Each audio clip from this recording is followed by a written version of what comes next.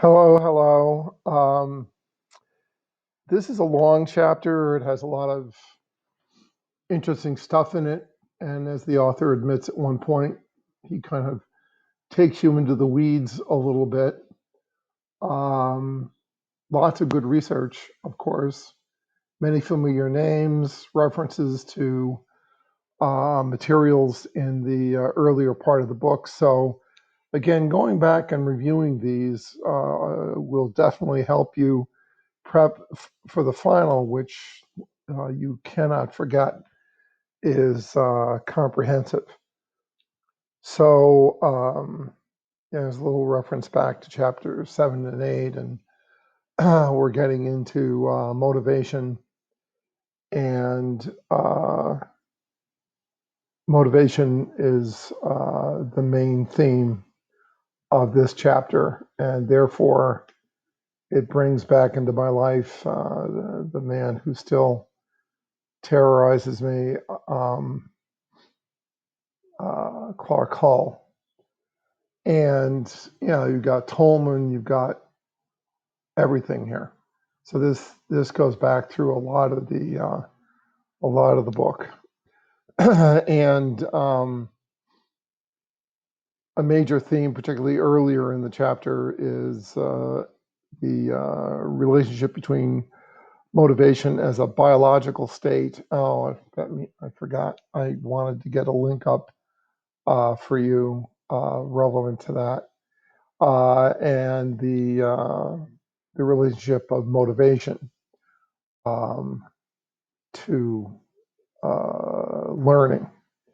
And the book provides us with lots of references regarding the importance of learning. So you'll have to look at those studies and appreciate how cleverly done they are and what they mean. And there's a name that's familiar to me here, Richter, early in this chapter. And he was a major force, uh, not unlike Guthrie and Skinner. I mean, he was active earlier than some of the current theorists. And I own these. I became interested in the relationship between preference for sweets and addiction a while ago. And toward that end, I had to accurately measure liquid consumption. And normal water bottles, I was doing rats at the time, normal water bottles, they drip. And different bottles are different, just like rats. And so you couldn't count on anything missing from the bottle having been due to the consumption of the rat in the enclosure with the bottle. So I bought a bunch of these, or the school did, and they are wicked expensive because they are handcrafted glass, and that's a Richter tube. So that gets clipped to the side of the cage, and that this is should remind you a little bit of the elbow underneath a sink in your kitchen or bathroom. So the liquid goes in here. This is completely sealed. There's no way for evaporation. Everything is marked off very precisely. That costs money. Uh, what I used to do is I used to weigh them before and after, but the liquid would come down here, and because of this elbow, it was self-sealing. So the animal could come up to this part and lick on it, and as it licked, it would get liquid, but it would lower the water level where the elbow is, and eventually there'd be a bubble of air, and it would refill and reset. Uh, Somewhere there's a box of these. Mine weren't graduated, they were just glass tubes. But boy, they were wicked expensive. So Richter was a big name. He did a lot of interesting research and at the interplay between biological motivational states and learning and specific hungers. There's a condition that we're hearing more about today, POTS, postural orthostatic tachycardia syndrome, POTS. And one of the treatments for POTS is to consume huge amounts of salt. And I consume huge amounts of salt. As a child, I sneaked into my neighbor's garage and ate rock salt out of the bag. And Richter told of a story who was admitted to Hopkins and had an incredible appetite for salt. And I don't believe he mentions the element of the story that I remember is that they restricted his salt intake. They may have had to physically restrain him, and he died. He wasn't consuming that salt for fun. Clark Hall, he seems so stern, and the his theory has lots of letters and multipliers, and it's relatively complex. The issue of homeostasis comes up here, and I'll just, I think we mentioned this before, I'm pretty sure.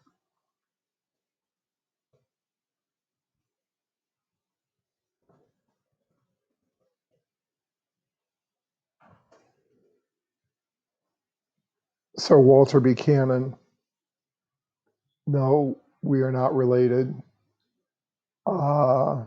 This is not exactly where I wanted to be, but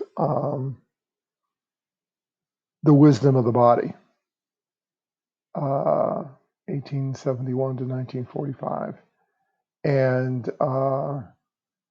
he proposed the idea that the body tried to stay in balance, and that homeostasis was a state of balance. So this would go with specific hungers and thirsts and salt and things, and as if it's all pretty much all biological, but this chapter will promote learning quite a bit. So there's a simple formula by Hull that doesn't make me too crazy. Behavioral strength equals drive times habit. And there's data down below, and notice it involves Bowles, and Bowles, I'm pretty sure was an advisor to your author. So we have different hours of food deprivation and number of reinforcements, and that's a pretty nice lawful relationship. And so there are data that that goes well with Hull's theory, but it doesn't explain much, and almost nobody talks about Hull. I just have to confront Hull in my world when I come to teach this course. And there's Bowles, 1962, 1965, and the idea that Bowles was much more evolutionary than was popular at the time. He's now mainstream. but the idea that different kinds of deprivations would lead to increases in different kinds of behaviors. And I believe we have this huge table. So the effects of food deprivation on various behaviors of the golden hamster, and hunger does not blindly energize activity in general, but selects behaviors organized by behavioral systems. So you have hungries and not hungries, and home cage and open field. So that's nice.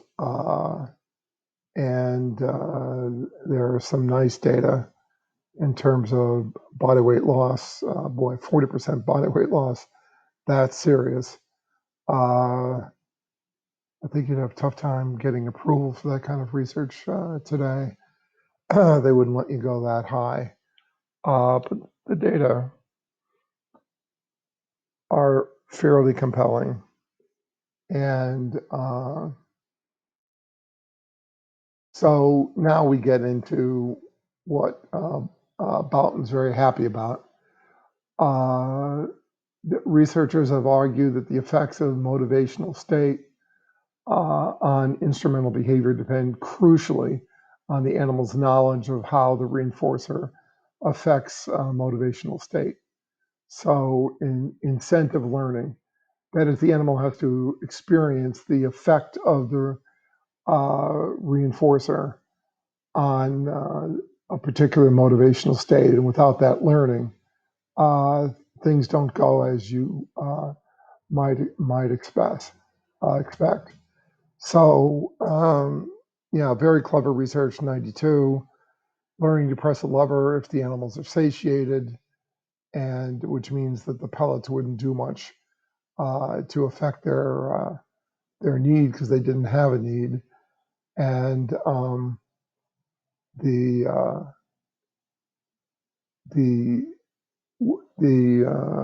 what happened was embarrassing for Hull. Rats tested for the first time while they were hungry showed no effect of hunger on performance. Take that, Hull. But they did go through a flap, which they were willing to do. So the other group, they were tested for lever pressing on extinction while they were hungry, but those who had the opportunity for incentive learning early in the experiment behaved differently than those did not. So the idea that the animals were good was learned by reinforcement during the hunger state. Now, when you look at this figure, watch out a bit. On the left, you have low on the left and high on the right in the train low hunger, but the train high hunger, they are reversed. Now, they're reversed because the left in both cases is the original training condition. So clever data, compelling data. And on we go. And this is so clever. Heating lamps, and the animals seem to need to learn to experience that the heating lamp was a good thing, and to do that, they needed to be exposed to the lamp in a cold environment. Very clever, somewhat surprising to me still, but very clever. And there's Tolman in one of his terms, cathexis, connection between goal and its corresponding motivational state. And there's our good friend John Garcia and hedonic shift, which we've talked about in the past. Remember, you have a comprehensive funnel coming up, so you really have to go back and look at these things. So we're going way back with Tolman. So this kind of view is consistent with the more cognitive view of instrumental learning and will be considered in Chapter 10.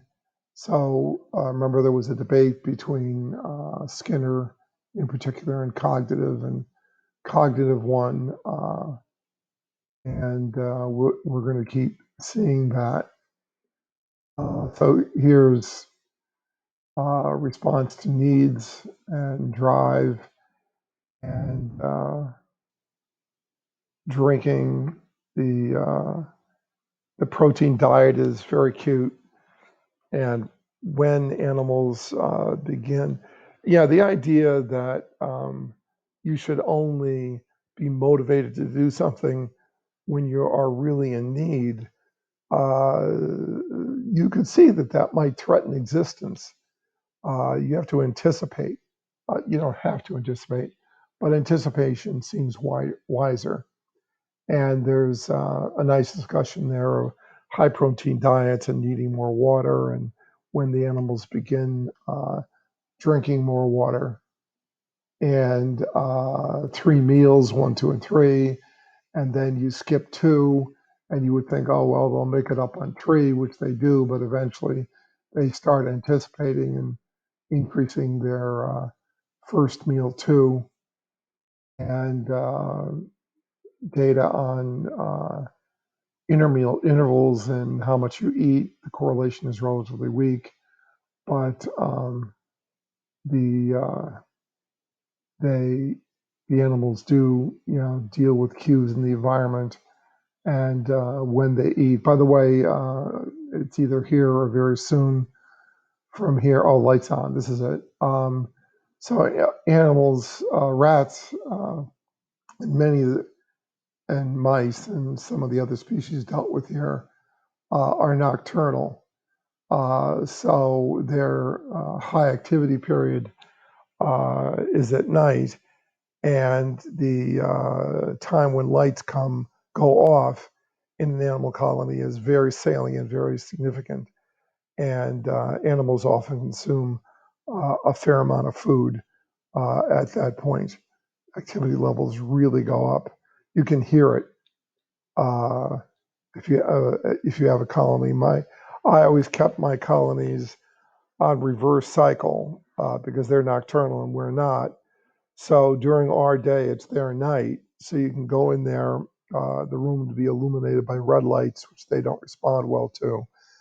And of course, we have technology to record activity, but you can just hear it, how active they are, and when they tend to eat. This is very clever research, Collier and Johnson. So they have how much you have to work to get food. It's a log. It's not really important. But total intake is remarkably stable, inelastic, you might say. As meals become harder to get, the animals eat fewer meals, but they eat more food. And the math just works out beautifully that you remain stable. And there's a discussion of human meal intake and infants presumably are breastfed, and they can demand to be fed pretty much as needed, and they can pretty much trust whatever is given them. But as they age, they begin to adapt their eating to the environment. And that research with the 2 rooms and snacks, very clever. And the classical conditioning cues associated with the snacks increases eating even when animals are full. So ad lib means free consumption, and latency is how long it takes to eat. And if they are in a room that's associated with food, they eat more and eat more quickly. There's some rat data on a similar theme. And nice research on the children paying attention, whether they're taught to pay attention to their internal cues or external cues. Of course, advertisers want you to pay attention to external cues, which would increase snack intake. But that's important and possibly important to parenting and healthy eating. And Rosin and Calat, those are big names. Rosin spoke at the University of Scranton, very big on eating and diet reduced in thiamine makes you sick. But the animal's reaction to this is very interesting. Whatever they're eating when they're thiamine deficient, they just don't like it and will choose another diet. And if both diets are new, they tend to go 50-50 between the new diets, even though only one of them may have more thiamine. So there's Rosin and Rogers, 1967, down below. So learning, again, is important, not straight biology.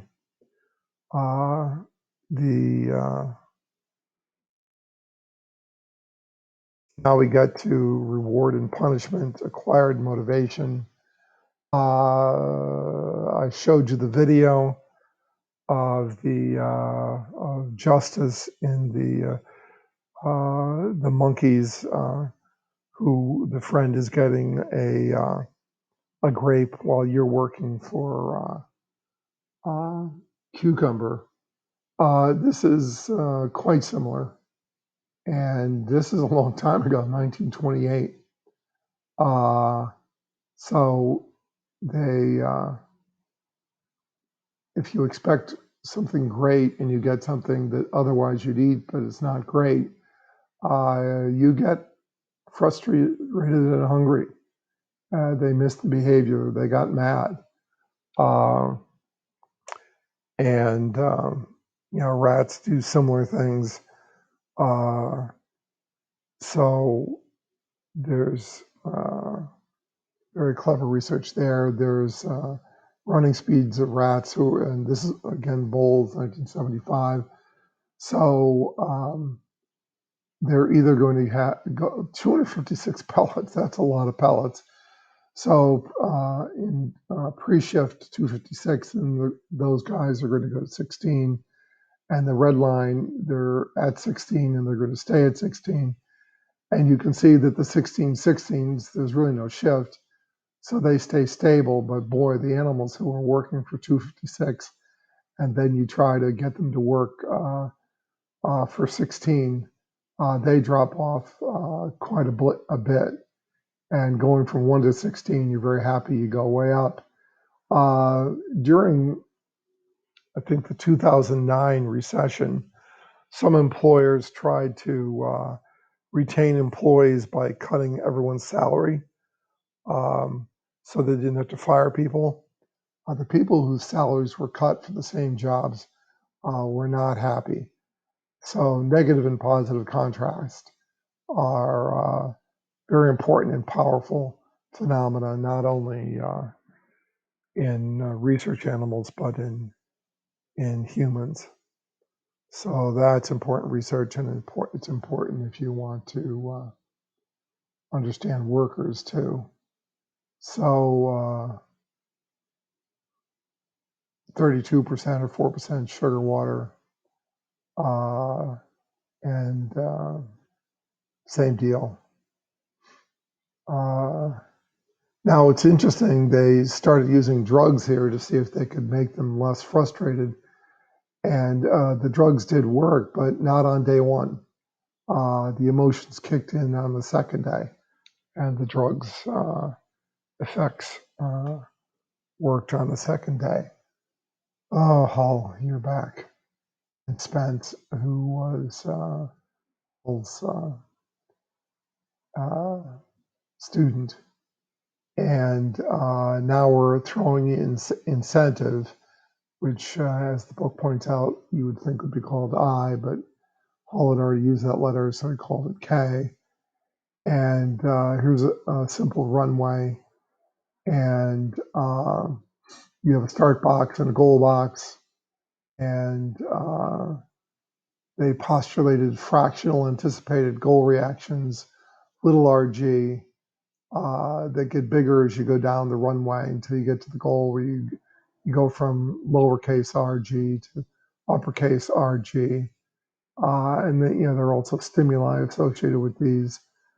Um, so I have a series of lectures on this theme that I'm not sure I can give because of this current format, and testing would be difficult because you have to draw. But this figure is very important. Now, one thing to kind of dip into those lectures is frustration.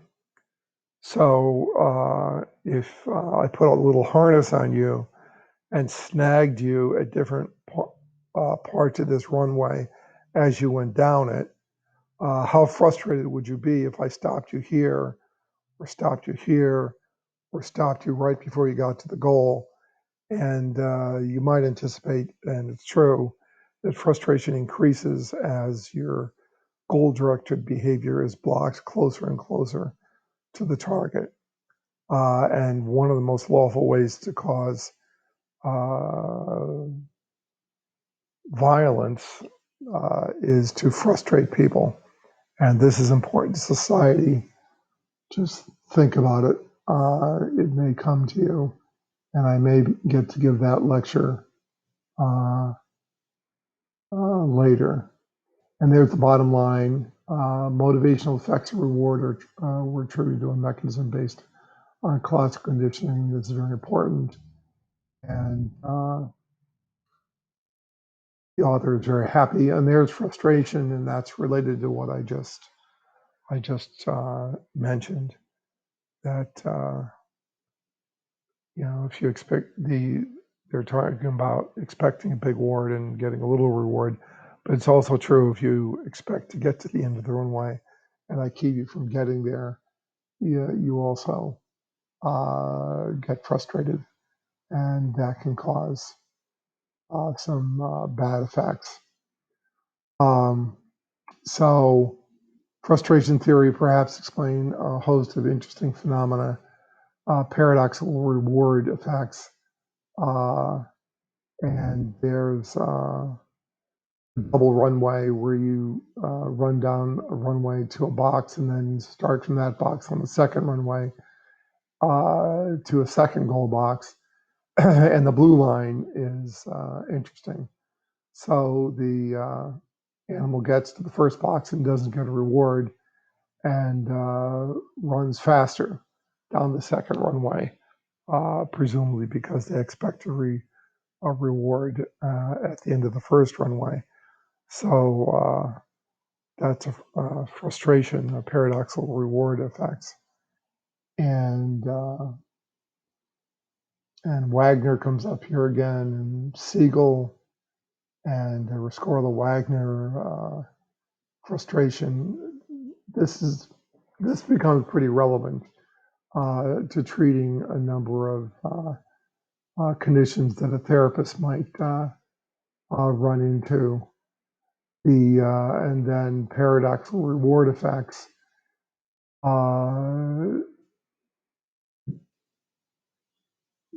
Parents should, and schools and society should really, really pay attention to the data in the next few chapters. And you expect that if you get rewards, you're going to do better, but boy, that isn't necessarily so. And there's a great cartoon, possibly on the next page. Yes. So there's the happy child from the New Yorker. Great cartoons, very intelligent. And the kid comes home having lost with a big reward. And will that help improve performance? The term meta-analysis may or may not have come up earlier in the book. This is not a learning theory, it's a statistical theory. And all it means is you didn't look at one piece of research, you looked at many pieces of research. You took their data, their numbers, their stats, and collapsed them into a meta-analysis. So it's one way when a field is a little bit confusing to try to figure out what the bottom line is. And rewards mostly have harmful effects when they are perceived as trying to control you. And if you're trying to reward creativity, you better be rewarding creativity, or else it's not going to work. We mess up on this a lot. The academic system is so into reward. The rewards basically become meaningless or actually can hurt you. Partial reinforcement extinction effect, PRE, that's a well-known phenomenon. And you are more resistant to extinction if you've been partially reinforcement. So there's, on that figure down below, you have continuous reinforcement, which is really an FR1. You might look that up. And so you get to a high running speed if you get a reinforcement every time. And partial reinforcement, you don't get to the same high running speed, and you don't get a reinforcement every time. But then we switch you to extinction, and the partially reinforced animals are much more resistant to extinction. So this is a well-known phenomenon, and there's lots of interesting research on this. And there's an important point. Eisenberg argues that rewarding efforts on one task can increase persistence and efforts on other tasks. Learned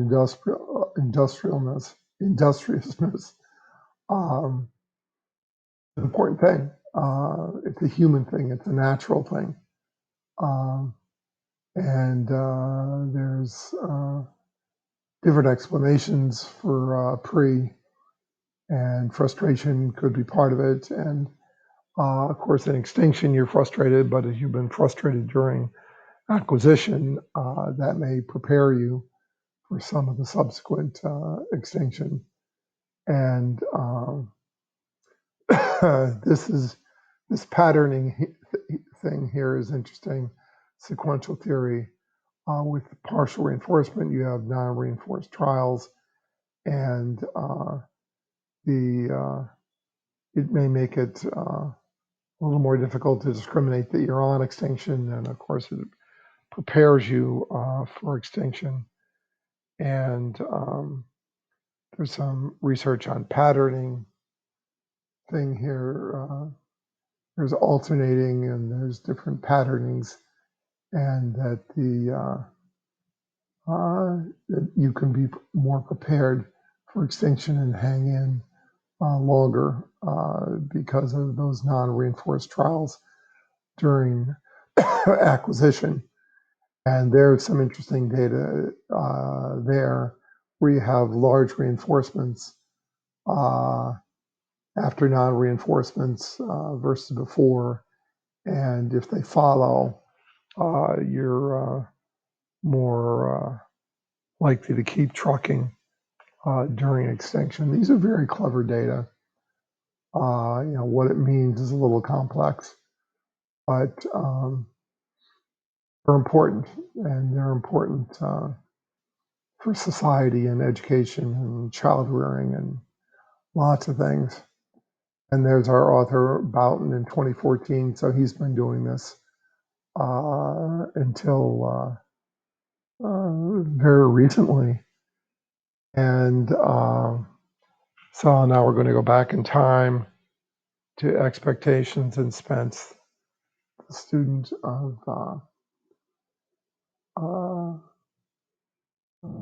dreaded Clark Hull. Mark Ellison, I was at UCLA with an Ellison. I didn't look up whether that's actually him. And Solomon at Harvard and Penn. There's no correlation between measures of fear and avoidance behavior. Heart rate, consistently rated avoidance is neither in neither acquisition or extinction. So it's complex. And there's Rescorla and Solomon and Bowles and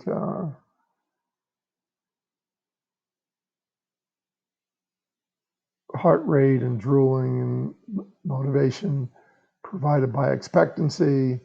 Reinforcer was aroused by cues that predict it.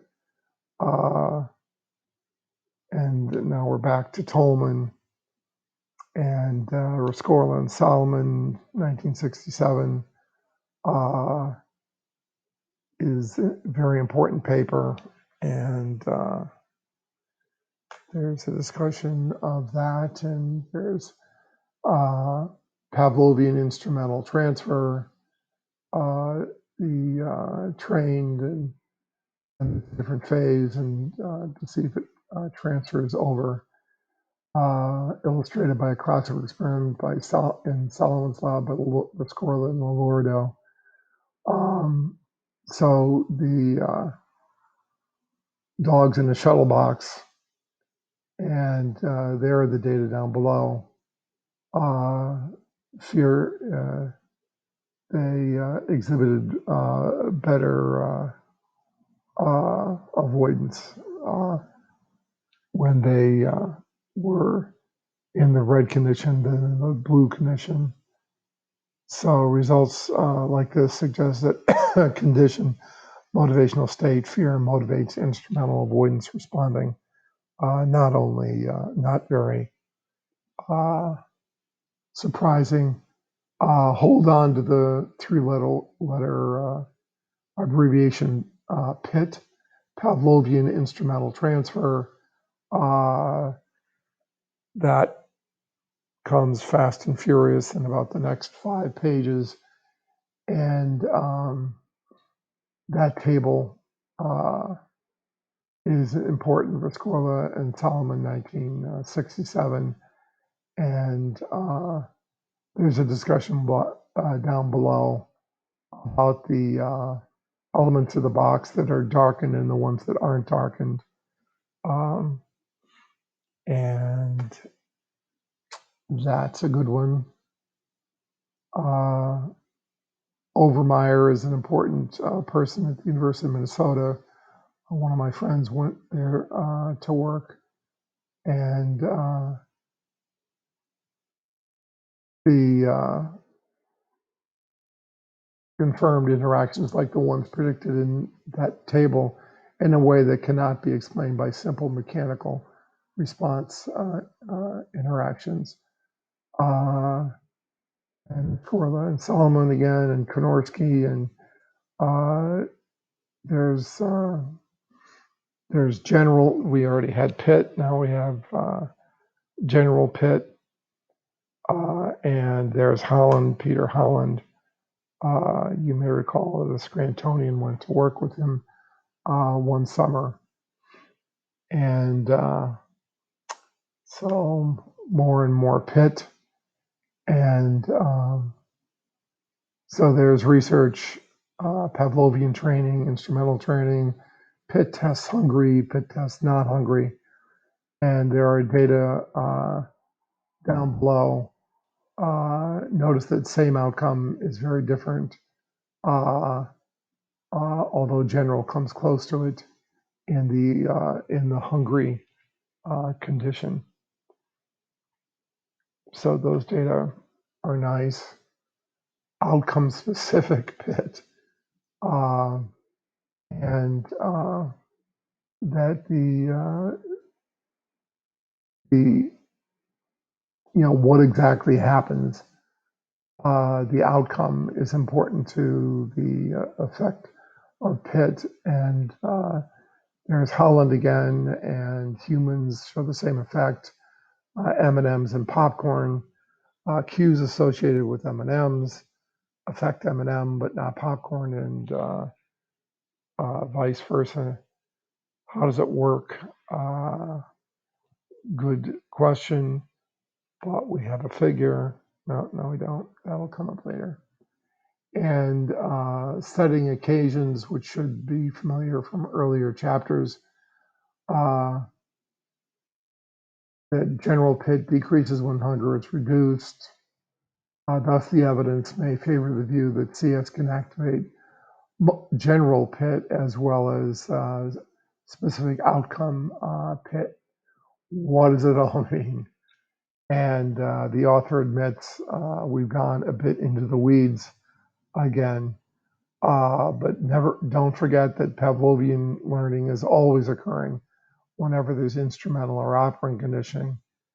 Something when I was in grad school we tried to not remember.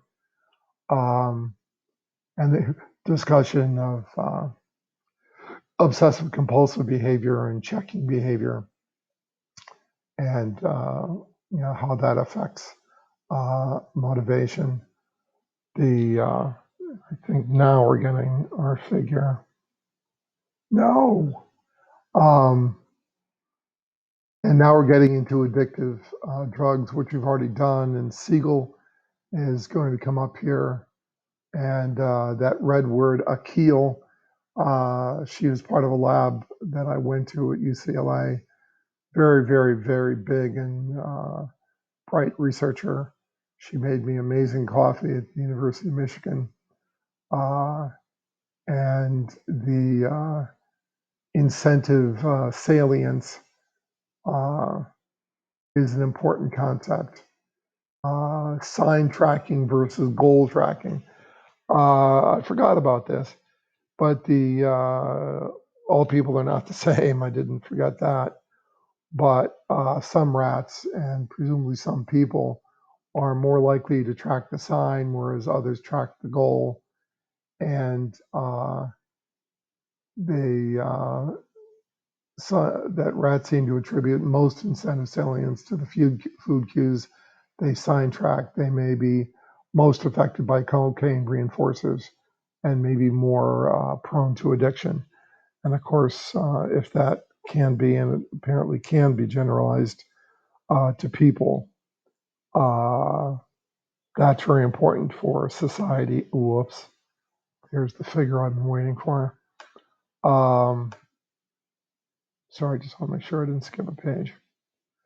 Right. So these are two figures. One is fear, and one is appetitive. And we've seen these stimuli before, CS plus with an arrow that activates, CS minus that inhibits. And this should remind us to look back at our nodes. And for either appetitive or fear, those are both the same. But then each central state activates different behaviors. So appetitive behavior is salivation, insulin secretion, and instrumental appetitive behavior. Whereas fear, defensive reaction, freezing, heart rate, analgesia, which is what I used to do for a living, and avoidance behavior. A student of Bowles, Michael Fanzelo, had a figure just like that second one. And now Richard Solomon. I never met him. He looks delightful. But opponent process theory, very, very important, Solomon and Corbett. And these figures, you have to learn how to read them. So this is what happens overall to an organism. The stimulus is turned on in the mustard color, and the response to the mustard, to the stimulus, peaks very quickly and then sort of calms down and stabilizes, and then the stimulus goes off. And when it goes off, you get a rebound, what they called after reaction, which is sort of a mirror image of what went on at the peak. And then that goes away, and then you go back to baseline. Now, the book chooses to talk about after images and looking at red lights and green lights and blue lights and yellow lights. And yeah, uh, the McCulloch effect comes to mind here. And after reaction, the standard pattern of dynamic, affective dynamics is important. And the next page tries to explain this. Now, what's confusing here is, you are billions of neurons all acting together, and you feel what you feel. This theory tries to parse apart what you feel into, to oversimplify, two processes that mathematically interact, and what you feel is the mathematical interaction between those two processes. And here we're talking about the A process and the B process. A happens to be red and B happens to be blue, which in my world means that that line above, instead of being aqua, should have been purple, because the line above is the sum of the A and the B. Now, before the stimulus is turned on, A and B are both zero, so your effective response is zero. But when the stimulus is turned on, the A process goes way up, way fast, and the B process turns on after a lag. And you can see on the left column of symbols, the B never gets overly big, but that if you assign numbers to these A's and B's, and the B is like -3 and the A is +10, then A minus B, of course, don't think about subtracting a negative number, but 10 minus 4 is going to be 6. And so that sort of explains how you feel. And so you get a spike because of the big A, 10, and then the B kicks in and you calm down to like a 6. And then the stimulus goes off, and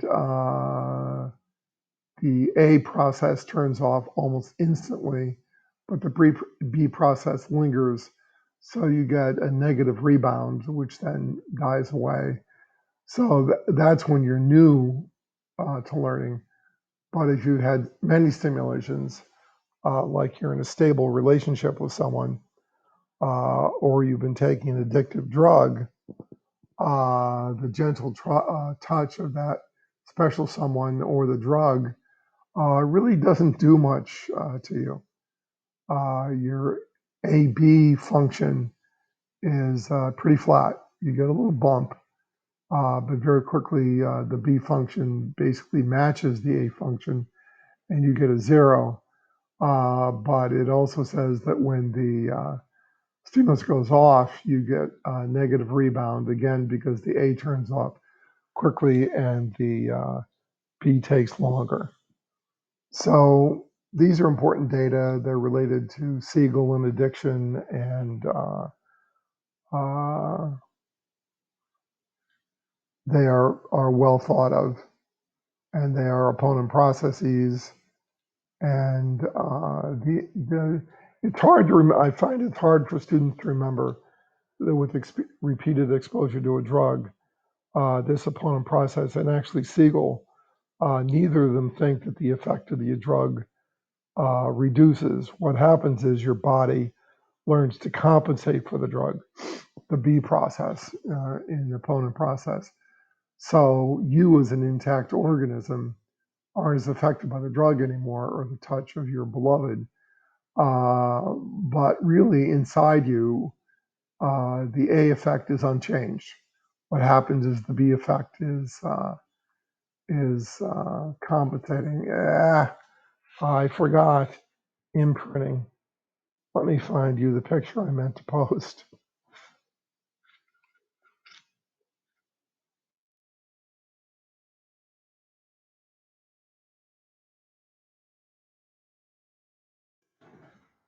This is a classical picture of Konrad Lorenz and ducklings, and they imprinted on him, and they followed him. This is the more classic here. They're not following him because he feeds them, although he does. But they have imprinted on him, which they do. Birds like this that can walk pretty quickly after birth imprint on usually the mother. And Konrad Lorenz shared the Nobel Prize. I still haven't forgiven him for being a Nazi. And he was a real one, not just in name only. He wrote some documents supporting their evil ways. But there he is with his ducklings. And I apologize, I didn't give you that figure. So imprinting was important. It was important to the Nobel Prize. And in research, oddly, the ducklings either sometimes follow a motorized duck image, but they also will follow electric trains or police cars with flashing lights. And there's some really cute research here. A friend of mine did some research with ducklings. I wanted to. I don't ever buy a child a chick for Easter. My parents did that, and I had a chick, and the chick imprinted on me, and it was just painful to walk away from that animal. It would jump off counters. It acted like it was going to die. It was cruel and unusual. I had to go to school, and they make just plaintive distress calls that just will rip your heart out. And so that's what's being researched here. And they manipulated the environment and the speed of the stimulus that moved away. They didn't discuss it in this chapter, but they would sometimes put little barriers in the way, like hurdles, and the poor little ducklings had to climb over barriers to keep following the mother. I feel for the ducklings, but it's important research, and it fits in well with classical conditioning and Solomon, and quite possibly addiction, and there's distress calling after different intervals, and mass and space practice comes up here, and drug tolerance, Siegel, and there he is again. The conditioning is very important for this. So if you're dealing with clients who are dealing with addictions or phobias, you really have to understand this chapter and classical conditioning and Siegel and the whole issue. And there's a discussion of mass and space practice down at the bottom of the chapter. Mike Davis, I don't know how he ends up here, but he's the only one who ever referenced my doctoral dissertation. And He's brilliant. Did a lot of interesting research, very important research, relevant to, so much. Fear, schizophrenia. The guy is brilliant. And so there's the summary of